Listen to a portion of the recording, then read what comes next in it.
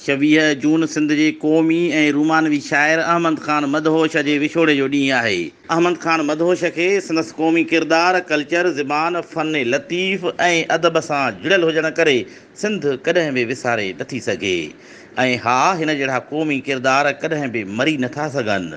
तॾहिं त हू पाण बि चई वियो, ए ज़माना मरी मरी ईंदुसि, इश्क़ आहियां वरी वरी ईंदुसि।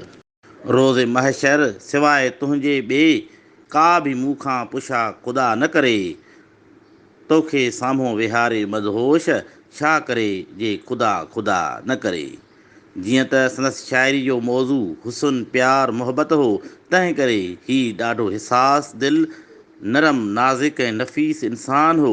तॾहिं त वॾे वाक़े चवंदो हो, मां पखी हां प्यार जो, प्यार जे इज़हार जो, मार जो न धार जो, मूंखे मार जो न धार जो। या अॻिते हीअं चए थो, मदहोश जे मरी वञे होश खे अंधार जो। मां पखी हां प्यार जो, प्यार जे इज़हार जो, धार जो न मार जो, मूंखे धार जो न मार जो, धार जो न मार जो, मूंखे धार जो न मार जो। मदहोश वटि वफ़ा जो क़दुरु त तमामु घणो हो, पर ही पाण खे ॾुखाईंदड़नि सां बि चङाई करे छॾींदो हो।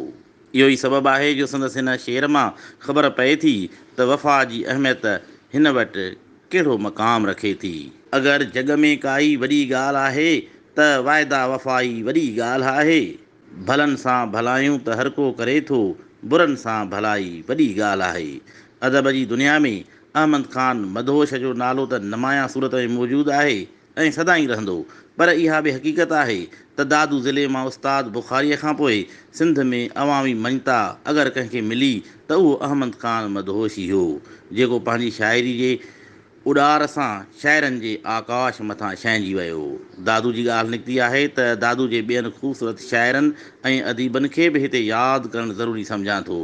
मोहसिन ककड़ाई, जोहर बिरोही, वफ़ा नाथन शाही, डॉक्टर कुर्बान झत्याल, अनवर कमराणी, नश्तर नाथन शाही, राज नाथन शाही, अनवर आज़ाद कांधड़ो, ताबिश बुखारी, आशिक दादवी, रजिब आज़ाद, खलील आरिफ सूमरो ऐं ॿिया केतिरा ई शाइर दादू जी अदबी तारीख़ जो सिंगार आहिनि। पर उन्हनि सभिनी खां मथां दर्जो उस्ताद बुखारी, मोहसिन ककड़ाई ऐं अहमद ख़ान मदहोश खे ई मिलियो आहे। अहमद ख़ान मदहोश जी अॼु 19वीं वरसी आहे, जेका संदसि शहर जोही में मल्हाई पई वञे, जेको हिकु क़ौमी किरदार ऐं क़ौमी शाइर खे भेटिया ॾियणु क़ौमी फ़र्ज़ में शामिलु आहे।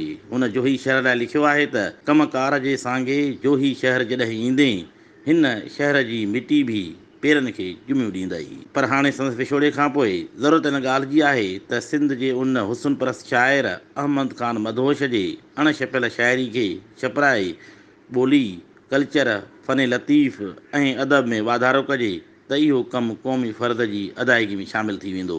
आख़िर में संदसि ई शेर सां मोकराणी कजे थी, मरंदुसि त अची यादूं ॻोढ़नि खे चुमियूं ॾींदई, ॻोढ़नि जूं वही लारूं ॻलड़नि खे चुमियूं ॾींदई। मदहोश खे मुयसारे उन दिलि तां छॾियो तबे, ही गीत गज़ल वायूं तन मन खे चुमियूं ॾींदई।